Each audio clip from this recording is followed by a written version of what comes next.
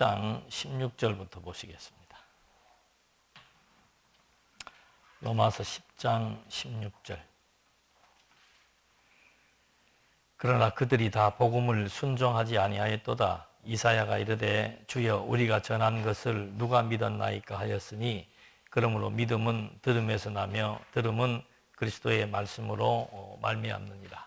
그러나 내가 말하노니 그들이 듣지 아니하였느냐? 그렇지 아니하니 그 소리가 온 땅에 퍼졌고 그 말씀이 땅끝까지 이르렀도다 하였느니라. 그러나 내가 말하노니 이스라엘이 알지 못하였느냐? 먼저 모세가 이르되 내가 백성 아닌 자로서 너희를 시기하게 하며 미련한 백성으로서 너희를 노엽게 하리라 하였고, 이사야는 매우 담대하여 내가 나를 찾지 아니한 자들에게 찾은 바 되고 내게 묻지 아니한 자들에게 나타났노라 말하였고, 이스라엘에 대하여 이르되 순종하지 아니하고 거슬러 말하는 백성에게 내가 종일 내 손을 벌렸노라 하였느니라. 지금 바울은 10장 16절로부터 21절까지의 말씀들을 통해서 지금 이 로마서 9장에서 11장까지의 그 내용은 하나님의 그 의의 기초에 대한 내용인데, 이게 지금 계속 유대인과 이방인 이렇게 반복적인 구조로 하나님의 의의 기초를 설명하고 있습니다. 그래서 하나님의 의의 기초에 대한 설명 가운데서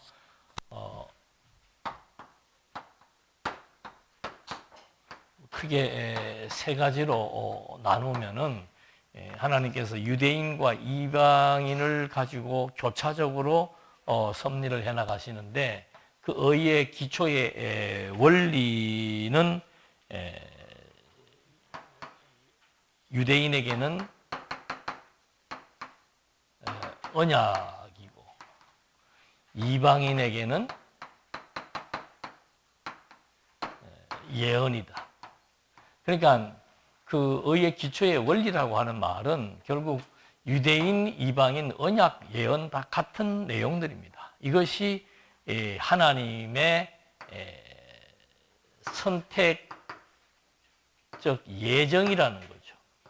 하나님께서 일방적으로 정해놓으신 하나님의 예정에 기초한 것이 의의 기초에 대한 원리적 의미인 것을 먼저 밝혀주고 있습니다. 그래서 지금 읽어드린 말씀의 그 제일 마지막 부분도 이방인들이 구원을 얻게 된다는 거 이미 모세 때 얘기를 했고, 또 그들이 변명할 수, 유대인들에게는 또 당연히 선지자들을 보내어서 하나님께서 자기 백성들을 구원하시게 되는 그 근거가 무엇인지를 이렇게 다 밝혀주었다라고 하는 사실에 대해서 말해주고 있는 겁니다. 그래서 철저하게 지금 이 말은 이미 그 마태복음 초두에서부터 하나님께서 그 하나님의 의가 그리스도의 구속 사역을 통해서 나타났다. 하나님의 의는 뭔가? 창세 전부터 하나님이 선택하고 예정해서 하나님의 아들을 삼기로 하나님께서 정해놓으신 그것이 하나님의 의다. 그 의는 결국 그리스도의 죽음과 부활의 사역을 통해서 완성되었고, 완성된 그 의는 결국 하나님의 권속들에게 새로운 생명을 주어서 하나님의 자녀를 삼게 해준 것이다. 이렇게 이루어진 모든 그 의의 그 기초라고 하는 것은 한마디로 말하면 하나님의 선택 예정이에요. 선택과 예정, 근거가 되는 거죠.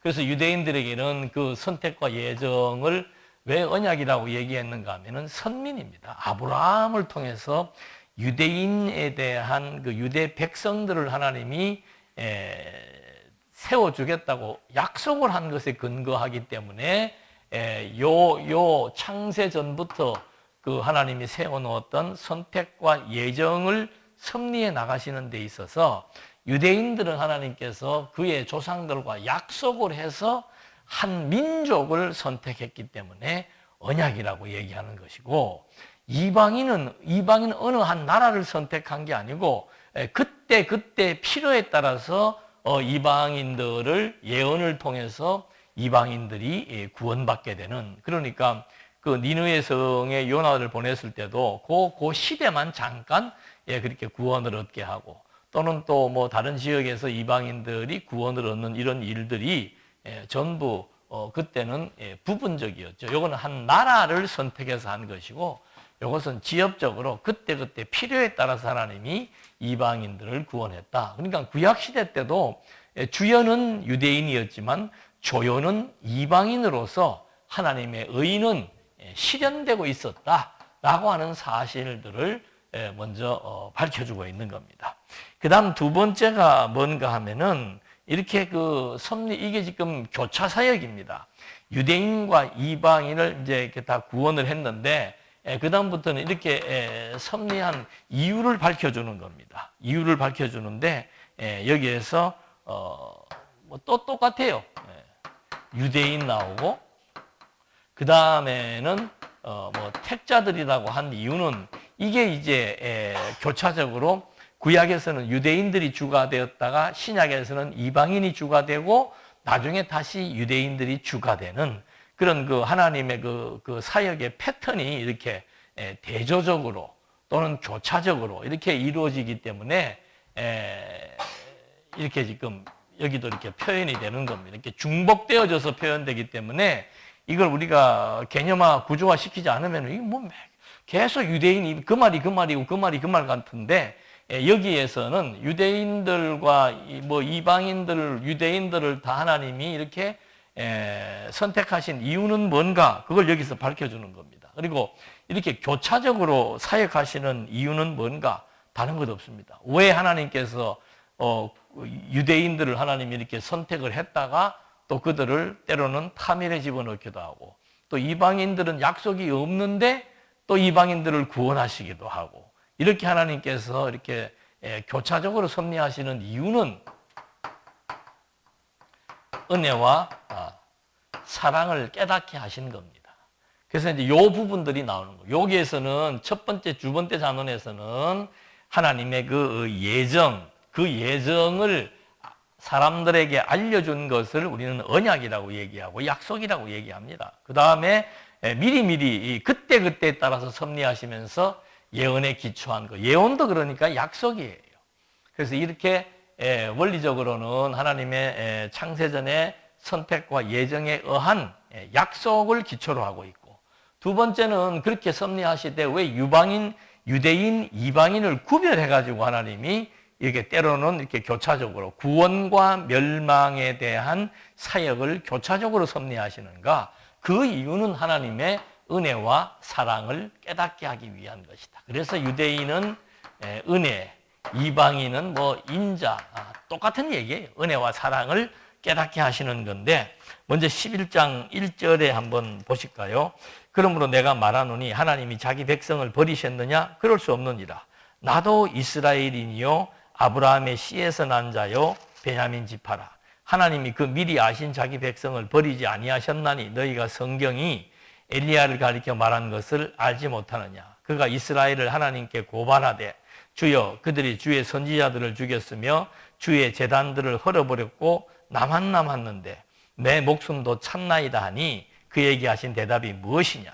내가 나를 위하여 바알에게 무릎 꿇지 아니한 사람 7,000명을 남겨두었다 하셨으니 그런즉 이와 같이 지금도 은혜로 택하심을 따라 남은 자가 있느니라. 그러니까 이 말은 지금 하나님께서 바울의 얘기는 이제 구약 시대 때는 유대인들이 선민이죠. 유대인들이 주된 그 하나님의 섭리의 중심에 있었고, 이방인들은 변방에 있었지만 하나님은 항상 유대인도 선민으로 선택해서 섭리에 나가신다.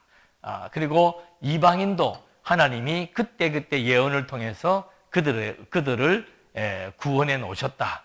그런데 하나님께서 또 하나의 방식은 뭐였는가 하면은 이 유대인들이 결국 남북이 분열되었을 때 선지자들을 잡아 죽이고 온 백성들이 다 바알을 섬기지 않았는가. 그때 엘리야가 하나님 앞에 기도하면서 지금 자기 혼자라고 얘기하면서 하나님 앞에 호소할 때가 있습니다. 그런데 그때 하나님께서 그런 예를 들면서 엘리야 너 혼자 지금 있는 게 아니고 7,000명을 하나님이 남겨두었다. 7,000명 남겨둔 이유는 뭔가? 그 7,000명을 하나님이 심판할 때 북쪽 이스라엘 뭐 완전히 멸망시키고 그 시대마다 하나님이 심판할 때 완전히 다 없애버리는 게 아니고 그걸 우리는 남은 자 사상이라고 그럽니다. 그루터기 사상, 남은 자 사상. 엘리야 혼자 싸우는 것처럼 보였지만은 요소요소한 7,000명을 하나님이 남겨둔 것을 알지 못하느냐. 그럼 하나님이 왜 남겨둡니까? 그 얘기예요. 그러니까 멸하려면 다 멸하지 왜 남겨둡니까? 그 다음에 왜 또 멸망시켰다가 회복해 주십니까?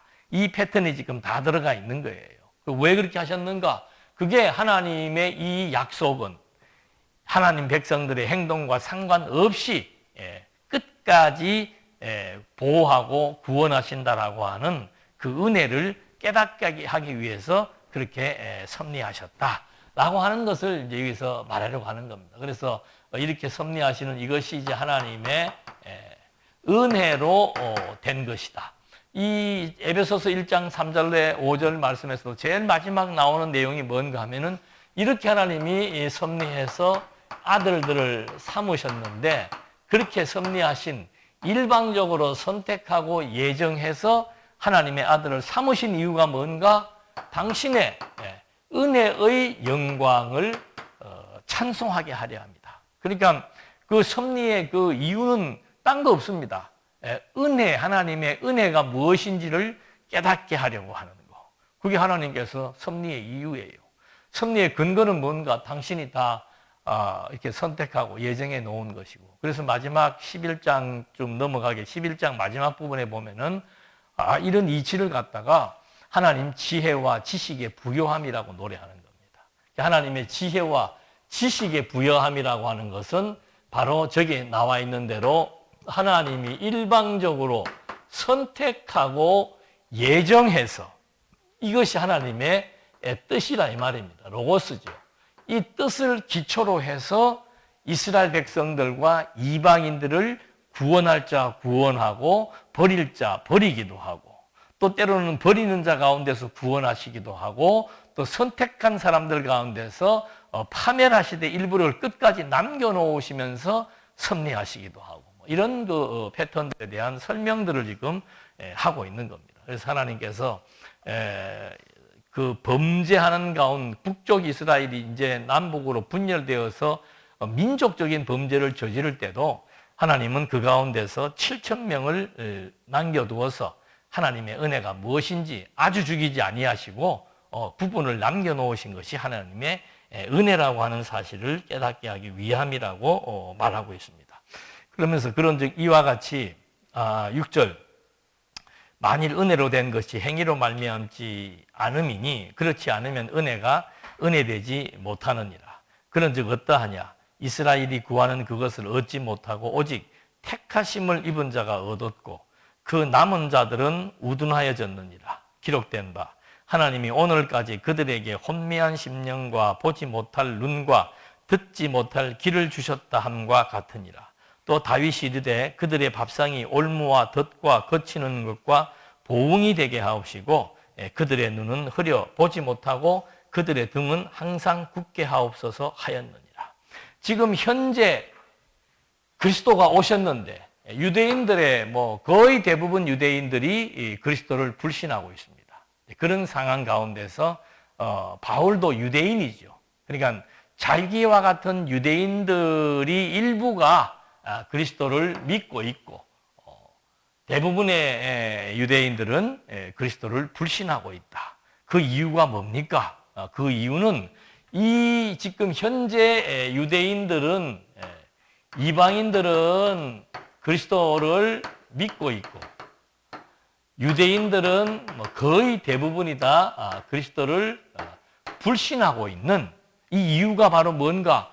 근거는 하나님의 정하신 뜻이고 그 다음에 이렇게 섭리하시는 이유 이방인들이 믿음으로 예수를 믿음으로 구원에 이르는데 여기에 일부 유대인들이 포함되어 있다.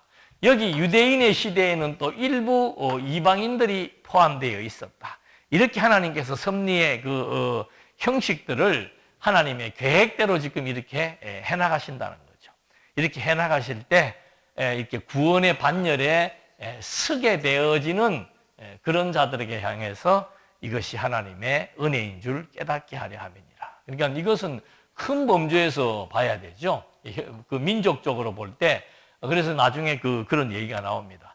이방인의 때가 있고 유대인의 때가 있다.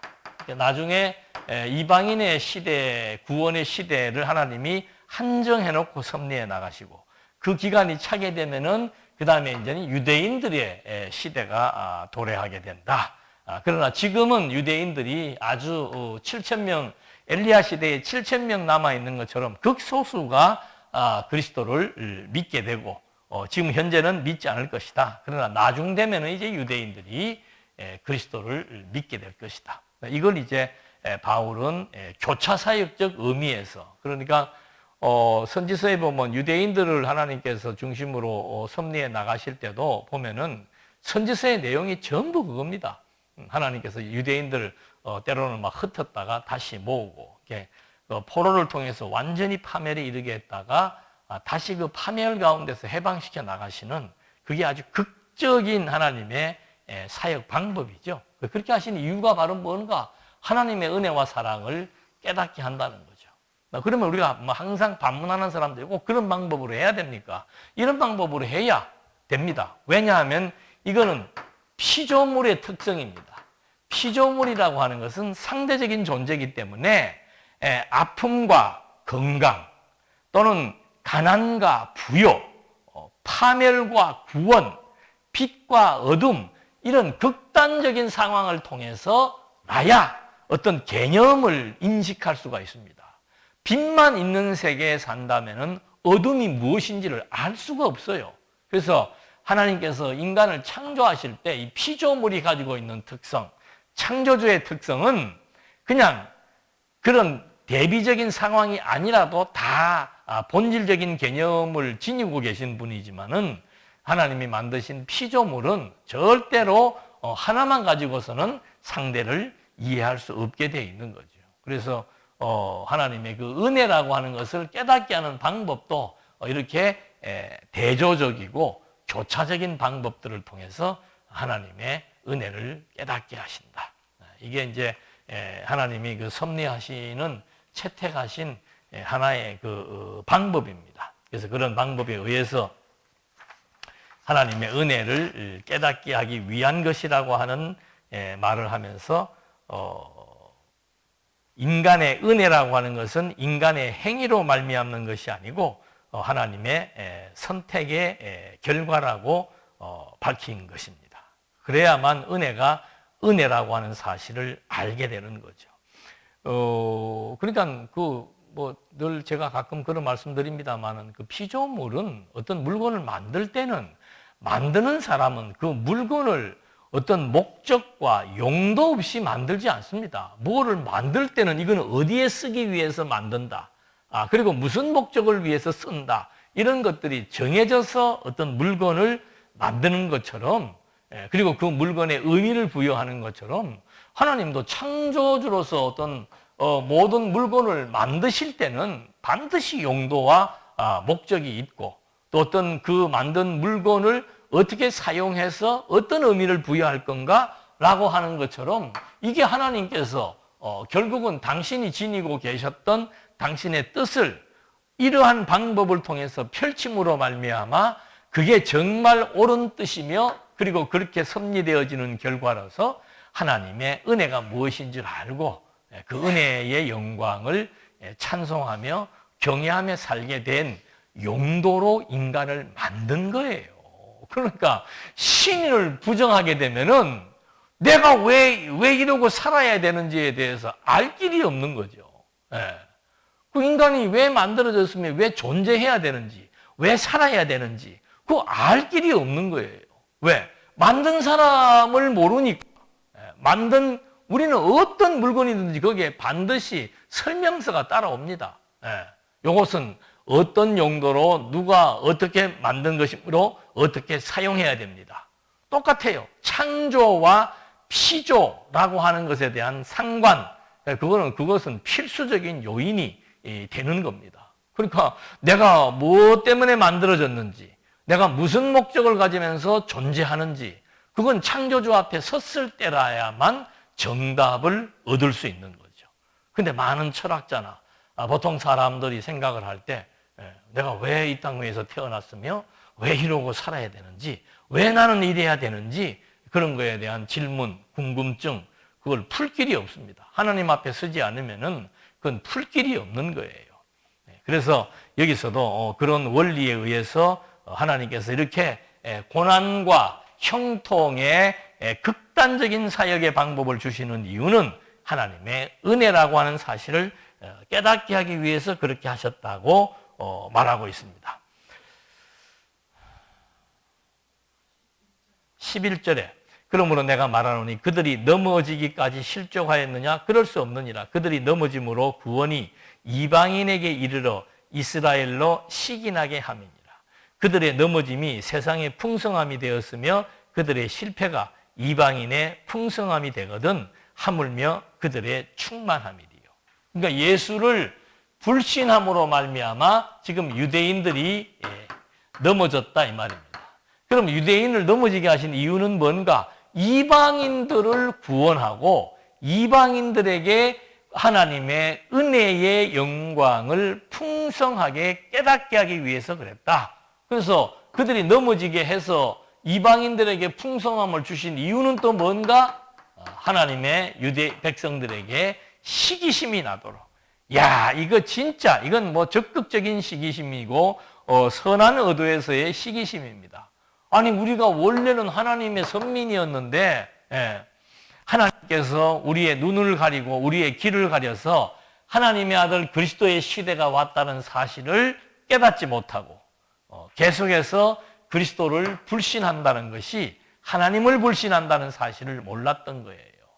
구약시대 때는 성막에서 제사를 드리지 않는 것이 하나님을 불신하는 거였습니다. 그러나 하나님의 아들 그리스도가 오신 이후로부터는 그리스도를 불신하는 것이 하나님을 불신한다는 사실을 이들이 확인하지 못했고 정말 예수가 하나님의 아들 그리스도라는 사실을 그들은 받아들이지 못한 거죠. 그렇게 하신 이유가 왜 못 받아들이게 했는가? 그들을 넘어지게 하고 하나님이 이방인에게 구원의 은총, 하나님의 은혜를 깨닫게 하기 위함이고 그들이 선민으로서의 그 은혜를 몰랐기 때문에 이제는 다시 그 은혜를 이런 방법을 통해서 나중에 정말 하나님의 은혜를 깨닫게 하기 위한 그런 이유에서 하나님이 저렇게 섭리하셨다고 말하는 겁니다. 그러면서 13절 말씀에서 내가 이방인인 너희에게 말하노라. 내가 이방인의 사도인 만큼 내 직분을 영광스럽게 여기노니 이는 혹 내 권력을 아무쪼록 시기하게 하여 그들 중에서 얼마를 구원하려 함이라. 그들을 바라는 것이 세상의 화목이 되거든, 그들을 버리는 것이 세상의 화목이 되거든 그 받아들이는 것이 죽은 자 가운데서 살아나는 것이 아니면 무엇이리요? 그러니까 이 말이 무슨 말인가? 죽은 자 가운데서 살아난 그리스도를 버린다는 것은 결국은 유대인들에게는 화가 되는 것이고 이방인들에게는 화목의 역사가 된다. 앞에서 말했던 풍요의 역사가 된다라고 하는 말과 같은 맥락이에요. 그래서 16절 제사하는 처음 익은 곡식가루가 거룩한 즉 떡덩이도 그러하고 뿌리가 거룩한 즉 가지도 그러하니라.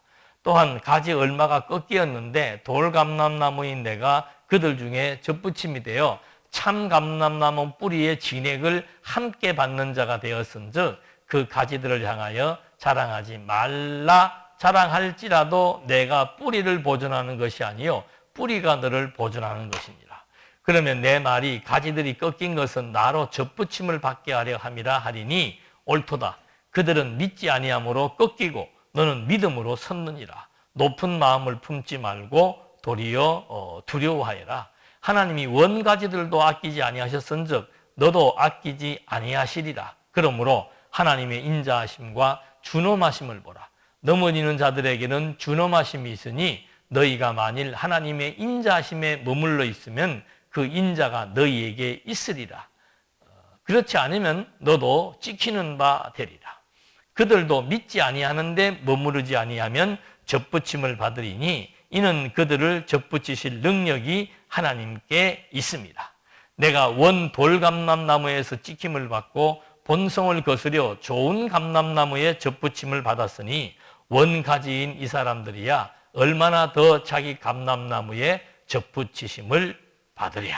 이걸 이제 바울은 그 가지의 비유로, 접붙이는 가지의 비유로 설명을 하는 겁니다. 그러니까 지금 현재는 그 원나무 그 뿌리에서 올라오는 원통에서 이 가지를 일단 다른 가지는 잘라버리고 여기에다 접붙여서 이방인들을 지금 이 뿌리라고 하는 것은 그리스도고 이 뿌리라고 하는 것은 하나님의 선민을 뜻하는 겁니다. 하나님의 백성을 뜻하는 겁니다.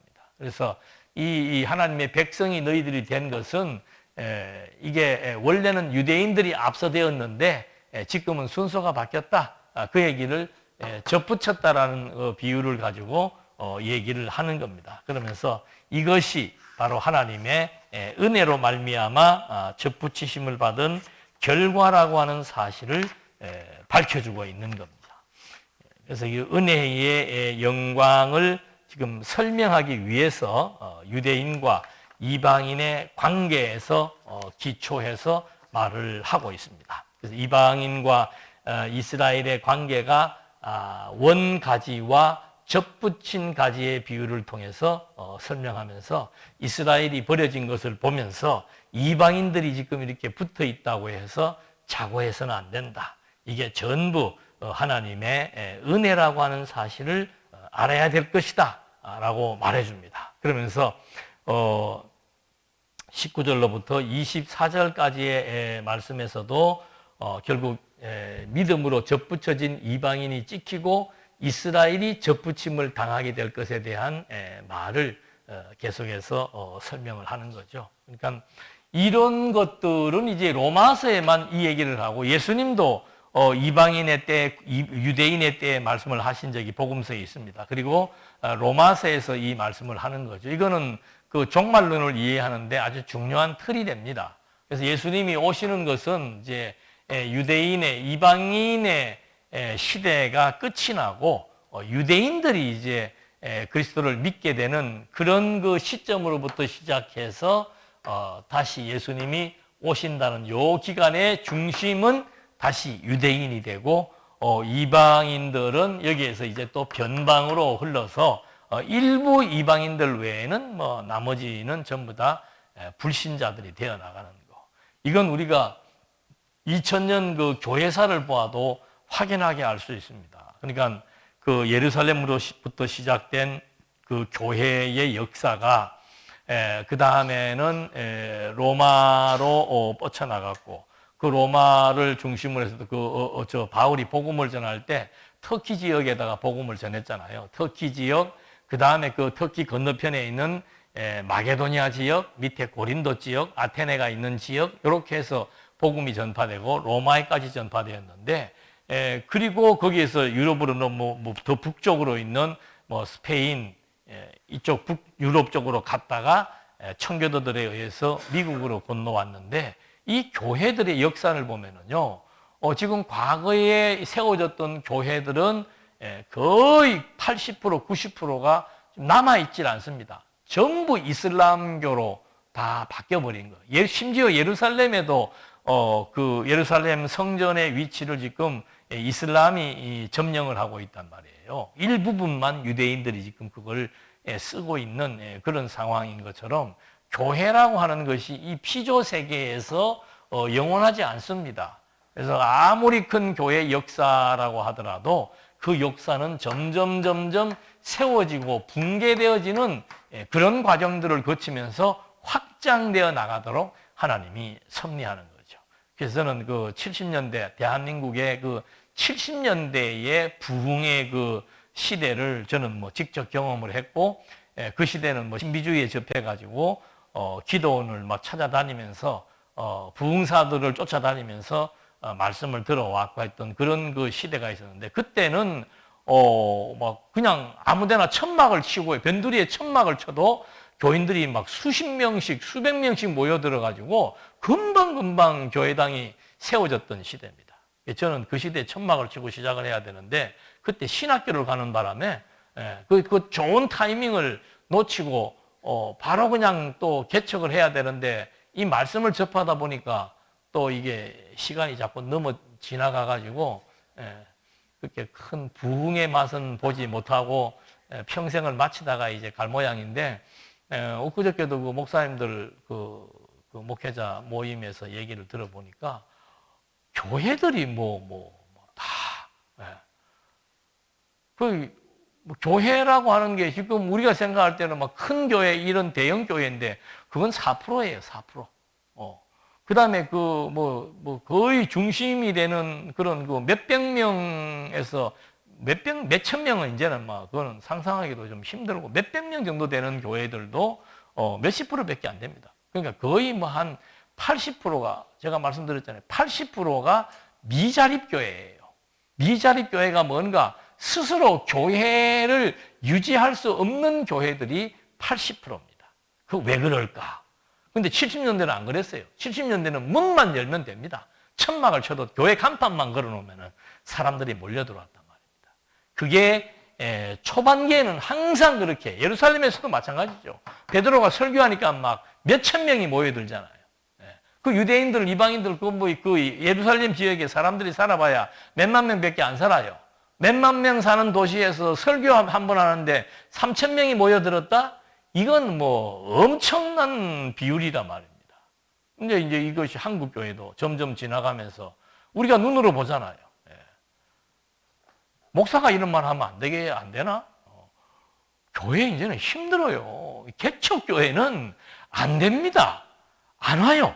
멀듯한 교회들도 사람들이 점점점 줄어들어가고, 그거지가 어떤 목사님이 좋은 아이디어라면서 얘기를 하고 제가 물었더니 이제는 교회가 특성화되지 않으면 안 된대요. 그래서 어떤 특성화를 말합니까? 그랬더니 어느 교회 가면은 찬송을 막 기가 막히게 인도를 하고 찬송으로 사람의 마음을 움직이는 교회가 있고, 어떤 때는 가면은 막 그 프로그램을 잘 만들어 가지고 교인들을 계속해서 이렇게 재미나게 클럽 활동을 잘 할 수 있도록 그렇게 움직이는 교회도 있고, 제일 재미없고 인기 없는 교회가 어떤 교회인가 하면 성경 얘기하는데, 성경을 많이 하면은 그건 이제 별로 인기가 없고, 신유는 아직도 인기가 좋답니다. 그래서 그 몇 가지 중에서 특성화되어 있는데, 자기는 대학생들 중심으로 지금 목회를 하고 있는데, 애로가 뭔가? 학생들이 왔다가 이제 3월 달만 되면은 교회가 힘이 빠진대. 몇 명씩 계속해서 이제 학교를 졸업하고 다른 지역으로 가게 되니까. 그래서 이런 현상들이 이제 앞으로는 뭐 지금 뭐 중국도 우리가 생각할 때는 중국도 계속 그렇게 이제 막 치솟아 오르는 시점이 아니에요. 중국도 이제 웬만큼 이제 자리를 잡아서 점점점 식어가는 입장이죠. 좀 남은 지역이 이제 인도 이런 데인데, 요새는 이 매체가 얼마나 발달되어 있습니까? 이 전파가 굉장히 빠른 속도로 움직여 나가기 때문에 전에처럼 뭐 복음을 전해 이런 시대 다 지났어요. 그렇기 때문에 인도나 중국이 복음이 확산되는 데는 과거에 100년 걸렸으면은 지금은 10년이면 충분합니다. 그래서 곧이어 이제 우리가 뭐 사는 시대에 그렇게 될지는 모르겠습니다만은, 유대인들이 이제 점점 2000년 전에 우리 선조들이 죽였던 예수가 하나님의 아들 그리스도가 맞다라고 하는 것에 대한 신학 포럼을 하기 시작을 하고, 유대인들이 신약 성경에 대해서 관심을 갖기 시작합니다. 그들은 구약 성경만 하나님의 말씀으로 받아들이고 있는데, 이제 신약 성경에 대해서 관심을 가지면서 유대학자, 히브리 학자들이 이 신약 성경을 연구해 볼 가치가 있다라고 하면서 점점점 이제 접근도 하고 있다고 하죠. 그래서 이런 그 얘기들이 이미 사도 바울과 예수님은 이런 그 교회 시대의 구원 역사의 패턴들이 유대인과 이방인이라고 하는 이런 큰 구도 속에서 움직여진다. 구약시대 때도 마찬가지죠.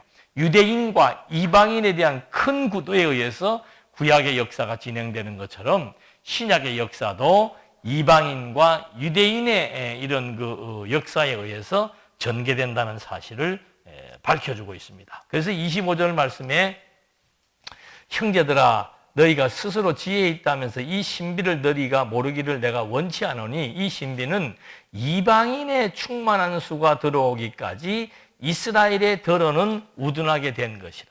그리하여 온 이스라엘이 구원을 받으리라 기록된 바 구원자가 시온에서 오사 야곱에게서 경건하지 않은 것을 돌이키시겠고 내가 그들의 죄를 없이 할 때 그들에게 이루어질 내 언약이 이것이라 함과 같으니라.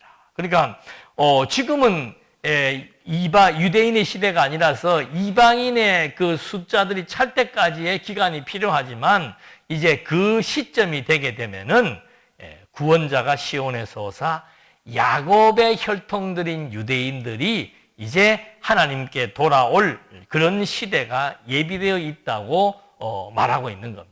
그러면서 복음으로 하면 그들이 너희로 말미암아 원수된 자요 택하심으로 하면 조상들로 말미암아 사랑을 입은 자라. 하나님의 은사와 부르심에는 후회하심이 없느니라. 너희가 전에는 하나님께 순종하지 아니하더니 이스라엘이 순종하지 아니하므로 이제 긍휼을 입었느니라. 하나님께서 하시는 섭리의 패턴이라고 하는 것은 뭐 정확하게 이루어진다. 그리고 하나님께서 주시는 은혜와 부르심에는 후회하심이 없다. 그래서 과거에는 유대인을 중심으로 지금 현재에는 이방인을 중심으로 전개되는 이 역사에 대해서 하나님은 후회하심이 없고 이것이 하나님이 선택해 놓으시고 섭리해 나가시는 방법이며 이유라고 말하고 있는 겁니다. 그래서 31절 이와 같이 이 사람들이 순종하지 아니하나니 이는 너희에게 베푸시는 긍휼로 이제 그들도 긍휼을 얻게 하려 하심이니라. 하나님이 모든 사람을 순종하지 아니하는 가운데 가둬두심은 모든 사람에게 긍휼을 베풀려 하심이로다. 그래서 32절까지의 말씀에서 이렇게 하나님의 섭리에 나가시는 섭리의 방법, 이것은 구약에서도 있었던 방법이지만 신약에서는 이제 최초로 이방인들이 하나님의 구원 역사의 중심이 되어서 그리스도를 믿는 그런 교회의 확장의 역사가 발생되어지고 그 다음에는 유대인들이 다시 옛날처럼 유대인 중심의 세계가 도래할 것이다. 그래서 이제 많은 사람들이 제가 그런 말씀을 가끔 드립니다만은 예수님이 강림하시기 이전에는 엄청난 환란이 있다고 그러죠. 그 환란은 사실은 물론 이방인인 유대인은 그 환란을 받게 됩니다만은 더더군다나 이 시대의 환란은 그리스도를 믿는 자들에게 주어지는 엄청난 환란입니다. 그때 가면 우리는 그때는 없겠습니다만은 그때 가면은 믿는 사람들이 거의 없는 시대가 이방인들 중에서는 거의 믿는 사람들이 없는 시대가 되고 다시 그때는 옛날처럼 과거 구약 시대처럼 유대인들이 이제 메시아를 받아들이고 유대인들이 예수를 하나님의 아들로 인정하면서 그 예수 믿는 것 때문에 엄청난 고초를 당하는 그런 시대가 온다. 그래서 하늘로부터 불이 내려오고 하는 그런 얘기들 이제 우리는 현실로 느낄 수 있잖아요. 내가 폰만 가지고 있으면은 폰을 껐든지 뭐 했든지 상관없이 내 행적이 그대로 다 노출되게 돼 있고. 그거는 이제 결국은 이 세계의 중심 탑이 있다는 거죠. 거기에서 전 세계 사람들을 다 조종하게 되고 움직일 수 있는. 지금 중국은 그래서 휴대폰을 전부 국가에다가 등록하라 그런다 그러잖아요. 왜? 국가가 당신들을 보호해 줄 거니까. 명분은 보호해 준다는 명분이지만은 온 백성들을 이제 폰을 가지고 다 감시하겠다는 겁니다. 이제 조금만 더 지나면은 폰을 가지고 있는 사람들의 심장 박동과 체온을 통한 모든 생각들이 여기에 다 입력될 수 있는 그런 시대가 이제 곧 도래하게 될 것입니다. 그래서 요한계시록에 나와 있는 그 심판의 역사, 종말 시대에 대한 여러 가지 상황들은 이미 2000년 전에 그런 것들을 성령을 통해서 예언으로 다 준 역사들인데 나중에 오후 시간에도 말하겠습니다만은 이 심판의 역사, 이 심판의 역사가 어떤 배경 속에서 심판이 이루어지는가? 우리는 예수님이 예언할 때도 이때에 예수님의 강림과 더불어 이 심판이 있다라는 얘기를 했는데 그 심판의 기원은 언제부터이며 이 세계 속에서 심판이 계속해서 지속되어 왔는지, 왜 지속되어 왔는지 이런 것들을 또 살펴볼 필요가 있습니다. 그래서 지금까지 1장으로부터 11장 32절까지의 말씀에서는 하나님의 그 의에 대한 과정들을 쭉 설명해 주었고 이제 33절로부터는 그 의에 대한 원천을 밝히게 됩니다. 지금까지 이루어졌던 모든 하나님의 의에 대한 원천이 바로 무엇인지 이거 이제 다음 시간에 하도록 하겠습니다. 기도하시겠습니다. 은혜와 사랑이 풍성하신 하나님 아버지, 정말 우리가 예수를 믿고 하나님의 자녀가 되었다는 이 사실이 우연히 어느 한 순간에 이루어진 것으로 오인할 수 있습니다만은 정말 성경을 통해서 이 모든 역사가 하나님 지혜에 근거한 하나님의 선택과 예정의 역사이며 하나님의 사랑과 은혜의 영광이라는 사실을 또 한 번 확인해 봅니다. 우리가 이 험악한 시대에 살면서 불안전한 시대에 살면서 예측할 수 없는 불확정한 시대를 살면서 하나님을 의지하고 마음의 평안을 유지하며 살아갈 수 있음이 바로 하나님의 자녀됨의 증거인 줄을 또 한 번 확인해 봅니다. 우리에게 주어진 시간들 정말 낭비하지 않고 하나님만 의지하며 경외하며 하나님과 소통하며 지낼 수 있는 은혜를 허락해 주시옵소서. 예수님의 이름으로 기도드립니다. 아멘.